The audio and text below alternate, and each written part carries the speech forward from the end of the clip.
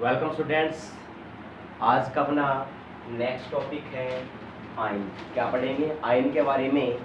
तो देखिए, आयन्स होते हैं तो आयन दो प्रकार के होते हैं, जिसको हम क्या कहते हैं, धन आयन, और दूसरा क्या होता है, ऋण आयन, यानी जिसको हम क्या कहते हैं, पॉजिटिव कहते हैं। क्या बोलते हैं? पॉजिटिव। और दूसरा क्या होता है अपने पास, नेगेटिव। क्या होता है? नेगेटिव चार्ज होते हैं। तो आपने पढ़ा है कि आवर्त सारणी है अपनी, क्या है? आवर्त सारणी। तो आवर्त सारणी के अंदर जो अपने पास अब तक कितने एलिमेंट ज्ञात हैं? 118 तत्व ज्ञात हैं। कितने हैं? 118 तत्व ज्ञात हैं। तो 118 तत्व को 3 भागों में बांटा गया। कितने भागों में? 3 भागों में। तो सबसे पहले क्या आती है? पांच धातु आती है। फिर अपने पास में क्या होती है? अधातु। और फिर तीसरा क्या होता है अपने पास? उपधातु, यानी मेटल्स, नॉन मेटल्स एंड क्या होते हैं? मेटेलॉइड्स। ठीक है। तो ये क्या कह रहा है कि जितने भी मेटल्स होती है या जितने भी धातुएं होती है, ये इलेक्ट्रॉन को त्यागने का काम करती है, यानी इसको हम क्या कहते हैं? इलेक्ट्रॉन दाता कहते हैं। क्या बोलते हैं? इलेक्ट्रॉन दाता। भी जो इलेक्ट्रॉन देते हैं उनको क्या बोलेंगे? इलेक्ट्रॉन दाता। और जो इलेक्ट्रॉन ग्रहण करते हैं, इलेक्ट्रॉन क्या करेंगे? एक्सेप्शन करेंगे। तो कहने का मतलब क्या? उन्हें क्या बोलेंगे? इलेक्ट्रॉन ग्राही कहेंगे। क्या बोलेंगे? इलेक्ट्रॉन ग्राही।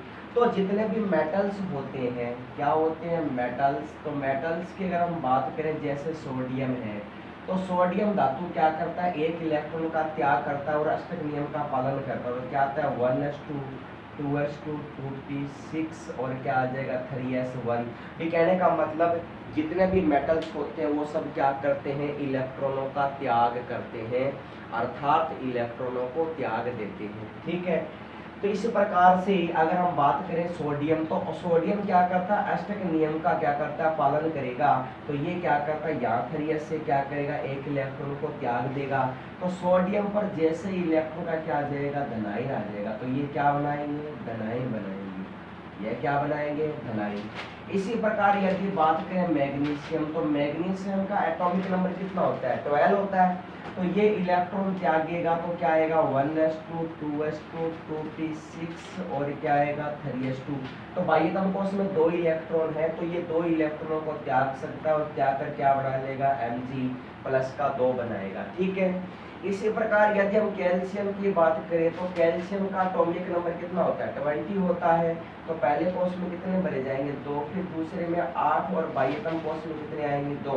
इसका मतलब यह भी 2 इलेक्ट्रॉनों को त्याग सकता है। तो कैल्शियम पर कितना चार्ज हो जाएगा? धनायन आएगा, यानी प्लस का 2 चार्ज आ जाता है। ठीक है। तो जितने भी मेटल्स होती है वो हमेशा क्या होती है? इलेक्ट्रॉन दाता की तरह व्यवहार करती है। क्लियर? लेकिन जितने भी नॉन मेटल्स होते हैं वो सब क्या होते हैं? इलेक्ट्रॉन ग्राही होते हैं। क्या होते हैं? इलेक्ट्रॉन ग्राही। भी कहने का मतलब ये अपना अष्ट पूर्ण करने के लिए इलेक्ट्रॉनों को क्या करती है? ग्रहण करती है। अब जो इलेक्ट्रॉन ग्रहण करता है उसके ऊपर क्या आता है? Negative charge. और जो इलेक्ट्रॉन त्यागता है उसके ऊपर क्या आता है? Positive charge. तो क्या, अगर हम बात करें क्लोरीन की, तो ये मान लो आपके पास में क्लोरीन है, तो क्लोरीन का परमाणु क्रमांक कितना होता है? 17। तो ये पहले कोश में 2, फिर 8 और फिर क्या आएगा? 7। तो यदि क्लोरीन एक इलेक्ट्रॉन को ग्रहण करता है, तो इसका मतलब क्लोरीन के बाह्यतम कोश में कितने हो जाएंगे? 8 हो जाएंगे। तो इस पर क्या आएगा? Negative charge. तो इसके बाह्यतम कोश में कितने हो जाएंगे? 2, 8 और कितने हो जाएंगे? 2 हो जाएंगे। ठीक है। तो इस प्रकार से हम कह सकते हैं कि अधातु हमेशा क्या होती है? इलेक्ट्रॉन ग्राही होती है। अगर इसी प्रकार हम बात करें ऑक्सीजन है, तो ऑक्सीजन का एटॉमिक नंबर कितना होता है? 8 होता है। और ऑक्सीजन के बाह्यतम कोश में कितने होते हैं? 2 और 6। इसको अष्टपूर्ण करने के लिए कितने इलेक्ट्रॉनों की आवश्यकता होती है? 2 की होती है। इसका मतलब ये 2 इलेक्ट्रॉनों को ग्रहण करेगा। इसका मतलब क्या आएगा? ऑक्सीजन पर क्या आ जाएगा? माइनस का 2 चार्ज आ जाता है। इसी प्रकार हम बात करें नाइट्रोजन की, तो नाइट्रोजन के पहले कोश में 2, बाह्यतम कोश में कितने बचेंगे? 5। इसका मतलब इसको अष्टपूर्ण करने के लिए कितने इलेक्ट्रॉन चाहिए? भी इस नाइट्रोजन को अष्टपूर्ण करने के लिए 3 इलेक्ट्रॉन चाहिए। इसका मतलब ये 3 इलेक्ट्रॉनों को ग्रहण करेगा नाइट्रोजन, तो क्या बना लेगा N3 क्या जाएगा माइनस है। तो इस प्रकार से हम कह सकते हैं कि जितने भी मेटल्स होती है वो तो क्या होती है इलेक्ट्रॉन दाता होती है, जितने भी नॉन मेटल्स होते हैं वो सब क्या होते हैं इलेक्ट्रॉन ग्राही होते हैं। तो ये किस प्रकार से आयनों का स्थानांतरण करते हैं, तो कहने का मतलब स्थानांतरण कैसे मतलब बॉन्ड बना लेते हैं। कौन सा बॉन्ड बनाते हैं, आयनिक बॉन्ड बनाते हैं। क्या बनाते हैं, आयनिक बॉन्ड। जैसे अगर हम बात करें भी अपने पास में क्या है सोडियम है, तो सोडियम के बाह्यतम कोश में कितना हो जाएगा 2 8 हो कितना हो जाएगा 1 हो जाएगा। तो सोडियम क्या बना सकता है धनायन। प्लस की बात करें क्लोरीन, तो क्लोरीन के बाह्यतम कोश में कितने हो जाएंगे 2 8 और कितने हो जाएंगे 7। तो ये जो इलेक्ट्रॉन है वो अपना किसको देगा, इस क्लोरीन को देगा। कौन, सोडियम। इसका मतलब इसके ऊपर तो क्या आ जाएगा प्लस का, इस पर क्या आ जाएगा माइनस का। इसका मतलब ये क्या बना लेते हैं आयनिक बॉन्ड बना लेते हैं। क्या बना लेते हैं, आयनिक बॉन्ड बना लेते हैं। ठीक है, तो इसका मतलब ये क्या बनाते हैं आयनिक बॉन्ड। तो इसका मतलब ये हुआ कि यहाँ पर सोडियम अपना अष्टक पूर्ण करने के लिए 1 इलेक्ट्रॉन त्याग रहा है और क्लोरीन अपना अष्टक नियम पूर्ण करने के लिए 1 इलेक्ट्रॉन को ग्रहण कर रही है। ठीक है, तो इस प्रकार इलेक्ट्रॉनों के स्थानांतरण से या इलेक्ट्रॉन के त्यागने व ग्रहण करने से आयनिक बॉन्ड का निर्माण हो जाता है। ठीक है, इसके बाद अपना नेक्स्ट टॉपिक है आयनों का नामकरण।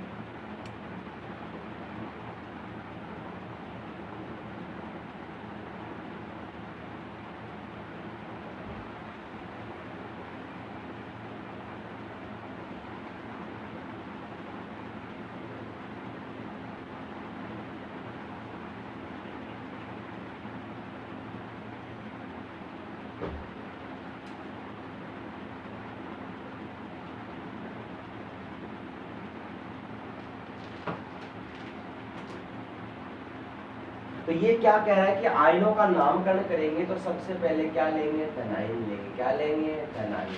ठीक है, तो धनायन लेंगे तो ये क्या कहता है यदि परमाणु अकेला होता है, यदि परमाणु क्या होता है अकेला, तो यदि परमाणु अकेला होता है तो नाम में नो चेंज, यानी इसके नाम में कोई चेंज नहीं होगा, जैसा होगा वैसा लिखा जाएगा। जैसे अगर Na क्या है प्लस तो नाम क्या हो जाएगा सोडियम। क्या नाम हो जाएगा सोडियम। और दी मैग्नीशियम क्या होगा प्लस का 2 तो नाम क्या हो जाएगा मैग्नीशियम। क्या नाम हो जाएगा मैग्नीशियम। ठीक है, और यदि एल्यूमिनियम होगा तो नाम क्या हो जाएगा एल्यूमिनियम। ठीक है, और यदि H+ आयन होगा तो नाम क्या हो जाएगा हाइड्रोजन। क्या नाम हो जाएगा हाइड्रोजन।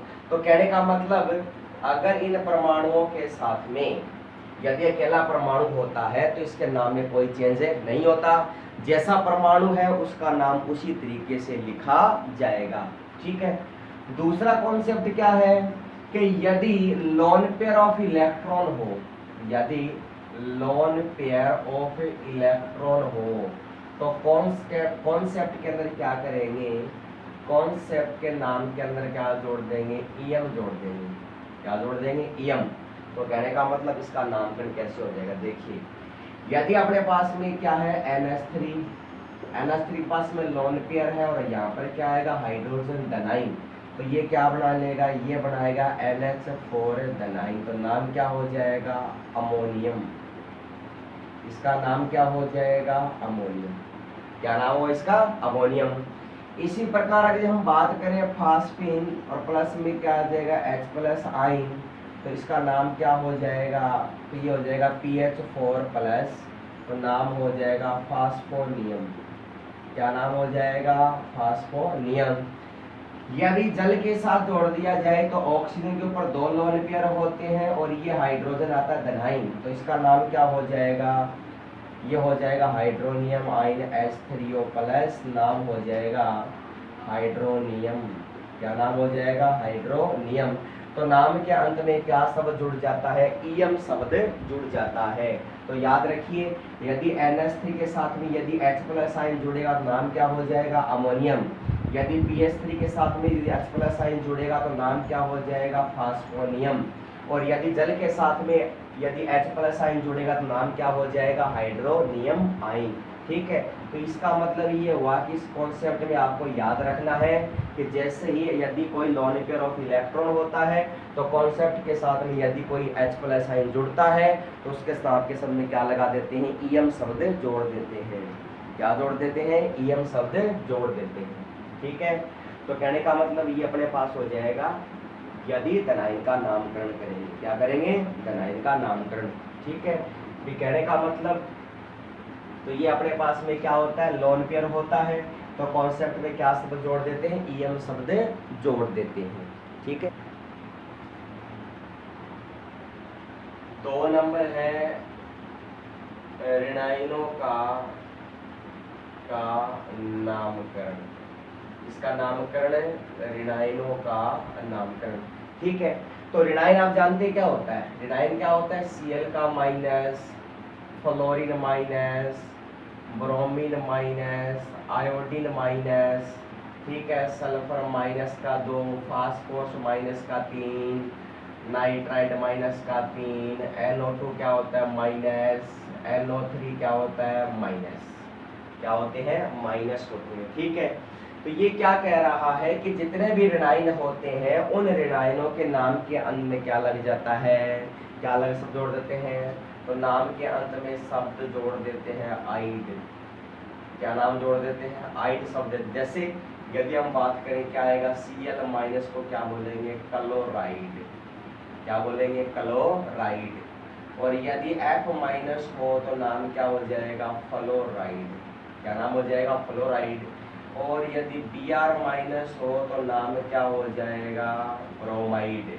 ठीक है, इसी प्रकार से यदि N3 माइनस हो नाम क्या हो जाएगा, नाइट्राइड। क्या नाम हो जाएगा, नाइट्राइड। और यदि P3 माइनस हो तो नाम क्या हो जाएगा, फास्फाइड। क्या नाम हो जाएगा, फास्फाइड। और यदि NO2 माइनस हो तो नाम क्या हो जाएगा, नाइट्राइड। ठीक है, और यदि NO3 माइनस हो जाए तो नाम क्या होगा, नाइट्रेट। क्या नाम हो जाएगा, नाइट्रेट। तो कहने का मतलब जितने भी ऋणायन होते हैं और उन शब्द के अंत में क्या लगा देते हैं, आइड शब्द लगा देते हैं तो उनका नाम क्या हो जाता है, तो नाम क्या बन जाएगा, fluoride, chloride, bromide, iodide, nitride, phosphide, nitrate और नाइट्राइट। तो कहने का मतलब ये सब क्या होते हैं, ऋणायनों का नामकरण होता है। क्या होता है, ऋणायनों का नामकरण। और तो इस इक शब्द का मतलब क्या हुआ, इक शब्द का मतलब जितने भी एसिड हैं, क्या है, एसिड। तो एसिड के लिए यदि हम बात करें जैसे सल्फ्यूरिक अम्ल, ठीक है, फास्फोरिक अम्ल। तो जैसे यदि हम बात करें तो सल्फ्यूरिक एसिड का फॉर्मूला क्या होता है, H2SO4। ठीक है, तो यदि इसको हम तोड़ेंगे तो इसे क्या बना सकते हैं, 2H प्लस आयन प्लस में क्या बना सकते हैं, SO4 माइनस। तो इसे क्या बन जाएगा, सल्फेट। क्या बनेगा, सल्फेट। ठीक है, और यदि इसको हम ऐसे बना लें तो H प्लस आयन प्लस में क्या आएगा, HSO4 माइनस। तो क्या बन जाएगा, हाइड्रोजन सल्फेट। क्या बनेगा, हाइड्रोजन सल्फेट। तो ये बन जाएगा हाइड्रोजन सल्फेट। फास्फोरस अम्ल क्या हो जाता है, ये होता है H3PO4। ठीक है, तो यहाँ से यदि हम बात करेंगे तो ये क्या बन जाता है, PO4। इसका मतलब -2। इसको हम क्या बोलेंगे, फास्फेट। क्या बोलेंगे, फास्फेट। ठीक है, यहाँ से ये क्या बन सकता है, HPO4। इसको हम क्या बोलेंगे, हाइड्रोजन फास्फेट। क्या बोलेंगे, हाइड्रोजन फास्फेट। तो ये बन जाएगा हाइड्रोजन फास्फेट बन जाता है। ठीक है, तो मैंने कहने का मतलब कि जितने भी सल्फ्यूरिक इक शब्द वाले जितने भी कंपाउंड है तो उनमें से हम क्या बना लेंगे, सल्फेट बना लेंगे। क्या बना लेंगे, सल्फेट। तो नाम के अंत में क्या लग जाता है, 8 लग जाता है। क्या लग जाता है, 8। तो कहने का मतलब ये अपने पास में क्या होते हैं, 8 वाले शब्द होते हैं। ठीक है, यदि अस अम्ल से बना हो तो नाम के अंत में क्या लग जाता है, आइट। किससे बने हो, अस शब्द से। जैसे अस का मतलब क्या हुआ, भी अस शब्द कौन सा होता है, जैसे सल्फ्यूरस। क्या होता है, सल्फ्यूरस। तो जैसे H2SO4 को क्या कहते हैं, सल्फ्यूरिक अम्ल, और जो H2S सल्फ्यूरस होता है उसको क्या बोलते हैं, H2SO3। तो यहाँ से क्या बन जाता है, ये 2H प्लस आयन प्लस में क्या आता है SO3 माइनस। तो इसका नाम क्या हो जाता है, सल्फाइड। क्या नाम हो जाती है इसका, सल्फाइड नाम हो जाता है। ठीक है, इसी प्रकार यदि हम बात करें H2PO3, तो इसका क्या बन जाएगा PO3 माइनस, इसका क्या बोलेंगे फास्फाइड। क्या बन जाएगा, नामकरण क्या हो जाएगा इसका, फास्फाइड। तो कहने का मतलब ये जितने भी क्या है ऋणाइन, ठीक है, तो जो एक शब्द से बनेंगे तो उसके में क्या लगेगा 8, क्या लगेगा 8। और यदि सल्फ्यूरस शब्द से बनेंगे या एस शब्द से बनेंगे तो उसके अंत में क्या लगा देंगे आइट। तो किसी का नामकरण क्या बन जाएगा सल्फाइड, या क्या बन जाएगा फास्फाइड, क्या बन जाएगा फास्फाइड। ठीक है, तो कहने का मतलब ये इस प्रकार से हम क्या कर सकते हैं, ऋणाइनों का नामकरण कर सकते हैं। ठीक है, इसके बाद में आता है फॉर्मूला बनाना। ठीक है, तो देखिए ठीक है, तो कहने का मतलब अगर हम बात करें कि यदि आपके पास में क्या है कैल्शियम प्लस का 2 प्लस में क्या है Cl का माइनस, यदि आपको इसमें फॉर्मूला बनाना है, ठीक है, तो इसकी जितने भी वैलेंसी होती है उनको चेंज कर देना है। भी कहने का मतलब इनकी वैलेंसी को चेंज करना है। भी कैल्शियम की जो संयोजकता होगी वो तो किसकी चली जाएगी, क्लोरीन पर, और क्लोरीन की वैलेंसी कहाँ चली जाएगी, कैल्शियम पर। तो कहने का मतलब यहाँ से क्या बना, तो ये आ गया कैल्शियम। अब कैल्शियम संयोजकता कितनी है, 1 है, तो लिखो या ना लिखो। अब Cl कितने हो जाएंगे, 2 हो जाएंगे, संयोजकता कितनी होगी 2, तो क्या बन जाएगा CaCl2। तो क्या नाम हो गया कैल्शियम, क्या नाम हो गया कैल्शियम। और नेगेटिव आयन पर नाम लगाते क्या बन जाता है आइड, तो क्या बनेगा कैल्शियम क्लोराइड, क्या बनेगा कैल्शियम क्लोराइड। ठीक है, इसी प्रकार यदि हम बात करें मैग्नीशियम प्लस का 2 प्लस में क्या होता है SO4 माइनस का 2। अब इनकी संयोजकता चेंज करो या ना करो कोई फर्क नहीं पड़ता, क्योंकि दोनों की संयोजकता क्या होती है सेम। तो नाम क्या बन जाता है MgSO4। तो ये क्या हो जाएगा, इसको क्या बोलते हैं सल्फेट। तो नाम क्या हो जाएगा मैग्नीशियम सल्फेट। क्या बन जाएगा मैग्नीशियम, क्या बनेगा सल्फेट बनेगा, क्या बनेगा मैग्नीशियम सल्फेट। अगर इसी प्रकार से अगर हम बात करें कैल्शियम प्लस का 2 प्लस में क्या आएगा CO3 माइनस का 2। तो इनकी संयोजकता चेंज करो या ना करो कोई फर्क नहीं पड़ता, नाम क्या हो जाएगा नो चेंज, नाम क्या रहेगा कैल्शियम रहेगा। प्लस CO3 क्या बोलते हैं कार्बोनेट, तो नाम क्या हो जाएगा कैल्शियम कार्बोनेट, क्या बनेगा कैल्शियम कार्बोनेट। इसी प्रकार नेक्स्ट एग्जांपल की यदि हम बात करें तो नेक्स्ट एग्जांपल अपने पास में क्या है, नेक्स्ट अपने पास में है, अगर अपने पास में क्या है एल्यूमिनियम है, क्या है एल्यूमिनियम प्लस अपने पास में क्या है NO2 क्या है माइनस। तो अब इनकी संयोजकता को अपने को क्या करना है चेंज करना है। तो यहाँ पर कितने चले जाएंगे 3 मॉलिक्यूल, तो यहाँ पर क्या रहेगा एल्यूमिनियम और NO3 की होल क्या जाएगा 3। तो नाम क्या हो जाएगा एल्यूमिनियम। ठीक है, NO3 को हम क्या बोलेंगे, सॉरी NO2 को क्या बोलते हैं नाइट्राइड। ठीक है, तो एल्यूमिनियम नाइट्राइड। ठीक है, याद रख लोगे। इसी प्रकार अपने पास में क्या होता है जिंक, क्या होता है प्लस का 2 और क्या होता है 2H क्या हो जाएगा माइनस। संयोजकता को हम क्या करेंगे चेंज करेंगे, क्या करेंगे संयोजकता को चेंज, तो नाम क्या हो जाएगा जिंक। और OH को क्या बोलते हैं हाइड्रोक्साइड, क्या बोलते हैं हाइड्रोक्साइड आयन, क्योंकि जल को यदि तोड़ते हैं ना तो H2 जब आयनों में टूटता तो क्या बनाता है H प्लस, प्लस में क्या आता है OH का माइनस। तो जिसके ऊपर नेगेटिव चार्ज है तो उसका नाम क्या लगा देते हैं आइड, तो क्या बन जाता है हाइड्राइड, क्या बन जाता है हाइड्राइड। तो कहने का मतलब आप किसी भी तरीके से क्या बना सकते हैं फॉर्मूले को बना सकते हैं। देखिए तो अब देखो आगे, तो नेक्स्ट एग्जांपल देखिए अपने पास में क्या है, नेक्स्ट अपने पास में एग्जांपल है कि यदि सोडियम होता है, क्या होता है सोडियम। तो ये जो सोडियम कंपाउंड होता है ये विभिन्न प्रकार के कंपाउंड से रिएक्शन कर सकता है। जैसे एक सोडियम कंपाउंड है या सोडियम आयन है, ये रिएक्शन कर सकता है, जैसे ये Cl माइनस से रिएक्शन करता है, ये Br माइनस से रिएक्शन करता है, ये CO3 -2 के साथ रिएक्शन कर सकता है, ये SO4 -2 के साथ में रिएक्शन कर सकता है, ये OH माइनस के साथ में रिएक्ट कर सकता है, ठीक है। इसके अलावा यदि हम बात करें ये NO3 के साथ में रिएक्ट कर सकता है, ठीक है। अब देखिए ये जैसे अगर हम बात करें कि ये NaCl के साथ में रिएक्ट करता है, तो आप जानते हैं कि Na+Cl क्या होता है, माइनस। अब इनकी संयोजकता चेंज करो या नहीं करो कोई फर्क नहीं पड़ता, क्योंकि दोनों पर माइनस का एक है, तो क्या हो जाएगा NaCl, तो नाम क्या हो जाएगा इसका, सोडियम क्लोराइड। क्या हो जाएगा, सोडियम क्लोराइड, ठीक है। यदि ये Br से रिएक्शन करता है तो क्या बनता है, NaBr, तो क्या बन जाएगा, सोडियम ब्रोमाइड। क्या बन जाएगा, सोडियम ब्रोमाइड, ठीक है।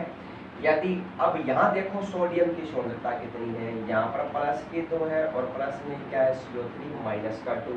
अब इसकी संयोजकता चेंज करनी पड़ेगी अपने को, तो 2 संयोजकता कहाँ चली जाएगी, सोडियम पर, और एक इसके आ जाएगी कार्बोनेट की, तो ये क्या हो जाएगा Na2 और क्या आ जाएगा CO3, तो नाम क्या बन जाएगा, सोडियम और क्या आ जाएगा कार्बोनेट।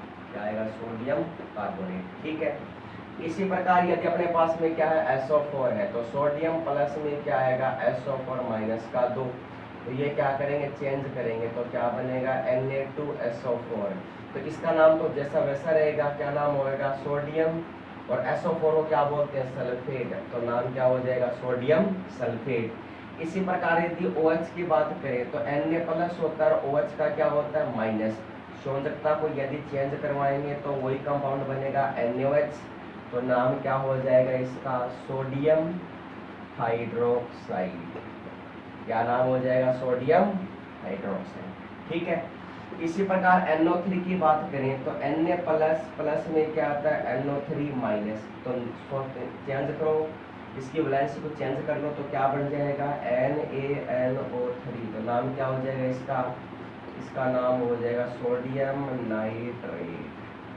क्या नाम हो जाएगा, सोडियम नाइट्रेट। तो कहने का मतलब एक कंपाउंड इतने कंपाउंड के साथ में रिएक्ट कर लेगा, मतलब एक धनाइन है वो इतने ऋणाइनों के साथ में रिएक्शन कर सकता है। ऐसे बहुत सारे प्रकार के ऋणाइन, जैसे क्लोरीन हो गया, क्लोरीन है, ब्रोमीन है, आयोडीन है, सल्फेट है, कार्बोनेट है, बाईसल्फेट है, बाईकार्बोनेट है, बाईसल्फाइड है, तो कहने का मतलब नाइट्रेट है, नाइट्राइट है, तो ये सभी के साथ में क्या कर सकता है, एक धनाइन इतनी रिएक्शन कर सकता है। इसके अलावा अगर हम बात करें, यहाँ पर सोडियम को हटाकर हम यहाँ पर क्या लगा देते हैं, मैग्नीशियम लगा देते हैं, तो नाम क्या बन जाएगा, magnesium chloride, magnesium bromide, magnesium carbonate, ठीक है, magnesium sulphate, magnesium hydroxide, magnesium nitrate. तो कहने का मतलब हर प्रकार के कंपाउंड के साथ में क्या कर सकता है, रिएक्शन कर सकता है, ठीक है। तो आज के लिए अपना ये बेसिक कॉन्सेप्ट आपको याद रखना है कि आयन कितने प्रकार के होते हैं, उनका नामकरण किस प्रकार से किया जाता है, भी उनका नामकरण चेंज होता है कि नहीं होता है, ठीक है। नेगेटिव शब्द होते हैं या ऋणाइन होते हैं, अंत में क्या लगा देते हैं, आयन शब्द लगा देते हैं, और एक शब्द से बनते हैं उसमें क्या लगा देते हैं, क्या लगाते हैं, एट लगाते हैं, और अस शब्द से बनते हैं उसमें क्या लगा देते हैं, क्या लगा देते हैं, क्या लगाएंगे, रिमेंबर करो, अपने पास में क्या होता है कि इसमें क्या लगा देंगे, आइट लगा देंगे, क्या लगा देंगे, आइट, ठीक है। उसके बाद हमने क्या पढ़ा, सूत्र बनाना पड़ा। क्या पढ़ा, सूत्र बनाते कैसे, तो कहने का मतलब संयोजकताओं को चेंज कर देना है, ठीक है। तो धनायन का नाम सेम टू सेम रहेगा, ऋणायन का नाम होता है वो आगे जोड़ते चले जाना है। तो इस प्रकार से हम क्या बना सकते हैं, किसी भी कंपाउंड का फॉर्मूला तैयार कर सकते हैं। इसके लिए आपको पहले ये पता होना चाहिए कि धनायन के ऊपर कितना चार्ज होगा, कि प्लस का 1 होगा या प्लस का 2 होगा या प्लस का 3 होगा। तो ये था अपने बेसिक कॉन्सेप्ट का। तो नेक्स्ट पढ़ेंगे नेक्स्ट वीडियो के अंदर। तब तक के लिए धन्यवाद, नमस्कार।